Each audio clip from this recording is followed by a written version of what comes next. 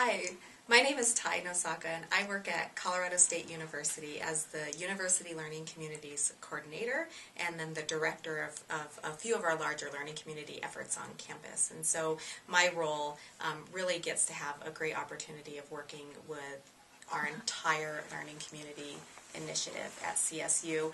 And I got involved with learning communities as a student when CSU really just started to embark in this effort on campus.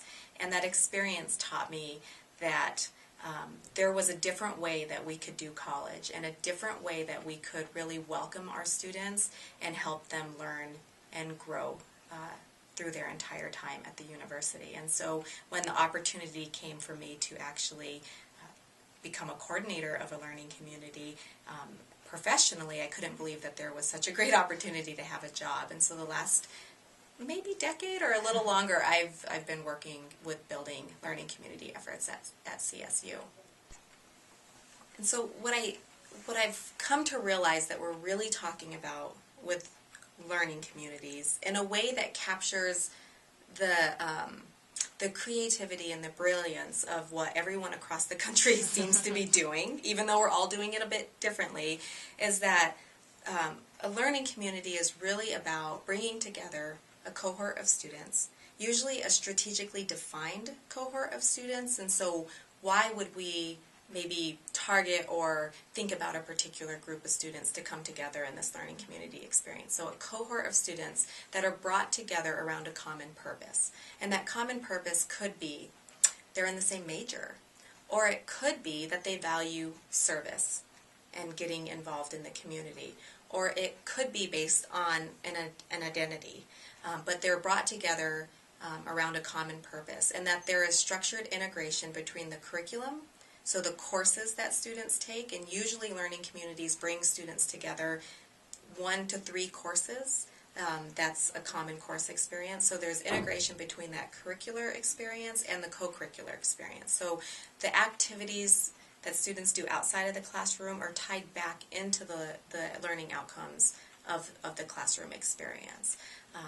So that's probably the simplest way to think about a learning community that honors what institutions are really doing across the country, is the cohort of students brought together around curricular and co-curricular integration.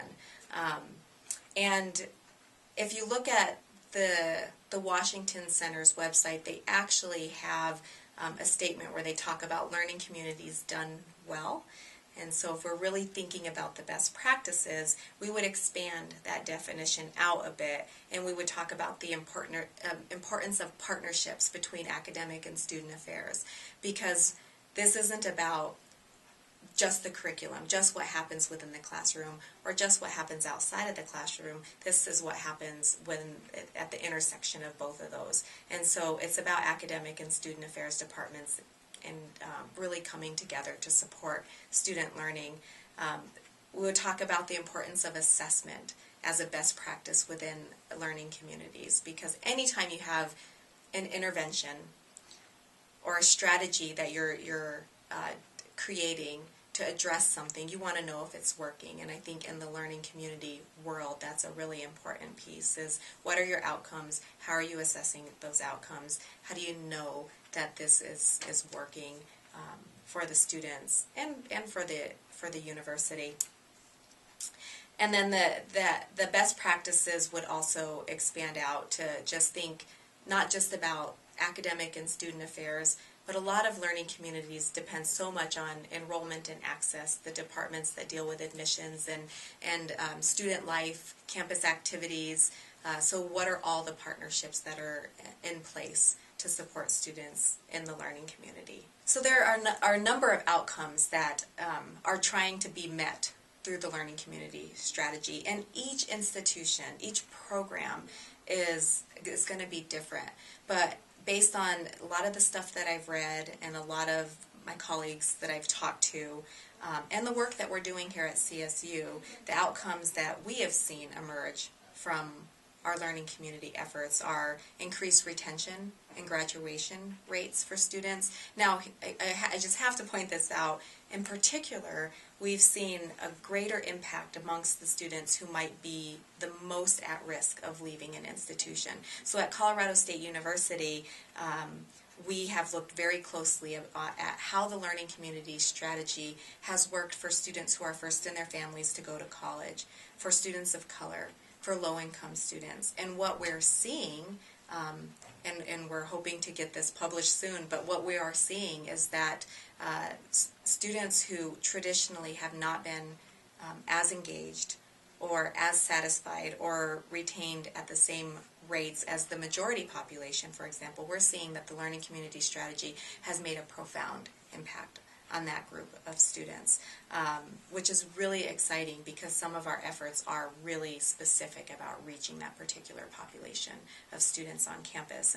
And I'm particularly excited about that because that has been where the majority of my work has been at CSU, is how can the learning community strategy work for students who've been underserved.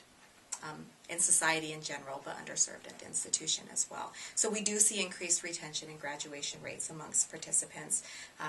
We know that students report having a greater, or feeling a greater sense of community by participating in their learning community experience. Students tend to be more engaged. We're a national survey for student engagement institution, NESE, and we've looked at how do students who participate in learning communities report on the NESE survey versus those who don't participate, and that across all of the major benchmarks of NESE, students in learning communities have higher average means than students who don't participate in learning communities. So we relate that to students being more engaged by participating in a learning community.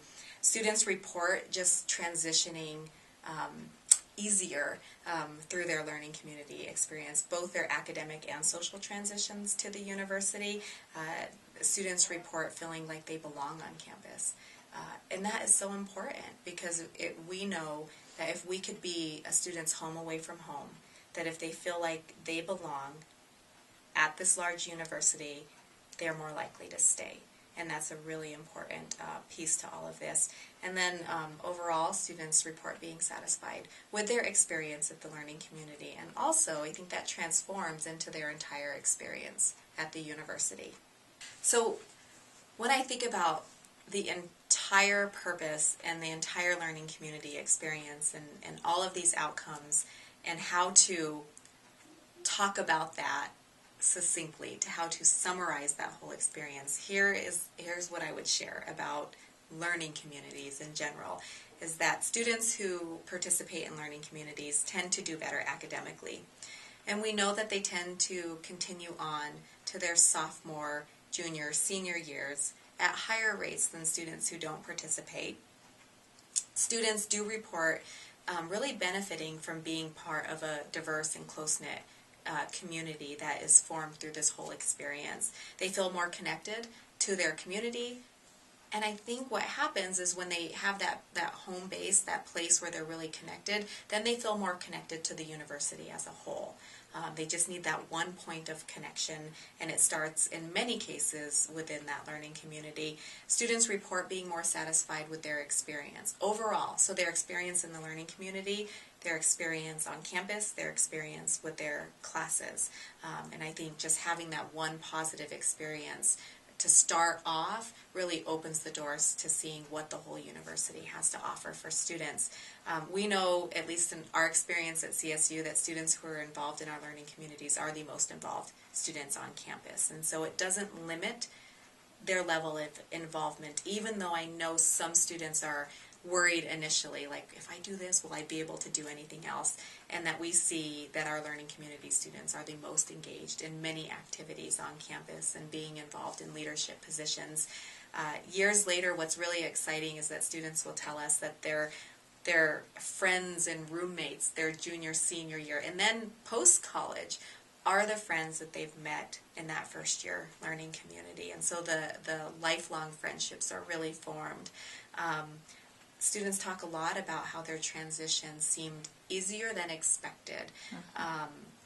just through their learning community experience and the support that they receive from the faculty who are teaching the classes, from the resident assistants in the residence halls, to the mentors that a lot of learning communities employ, and to the staff who are involved in the program. That really helps them with that in transition to college. And also students talk a lot about just feeling comfortable and supported in their experience. And we have a lot of data, and I think nationwide there's more and more data emerging about the benefit and the impact of the learning community effort.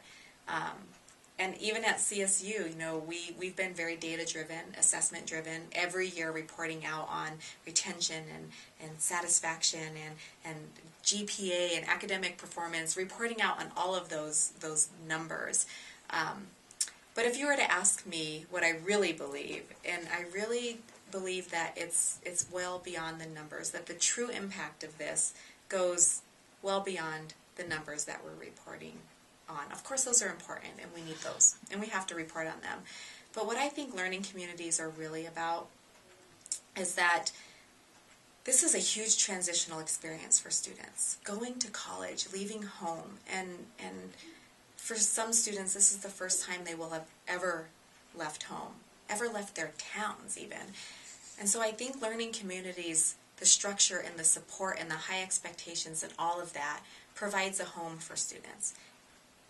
More importantly, in many cases, a cultural home for students.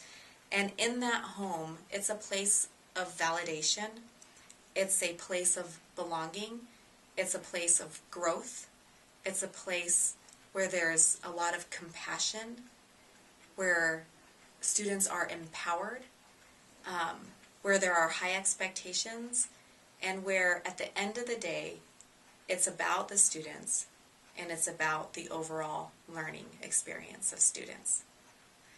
So with that, I just want to say thank you for hearing my thoughts about learning communities today. I encourage all of you to check out the Washington Center's website. It's a great resource for all things learning communities, and they have a new journal. It's called the Journal of Learning Communities Research and Practice. Some great new stuff being published there, not just research, but also just best practices from the field, so you can learn a lot that is out there right now. So best of luck in all of your explorations. Thank you.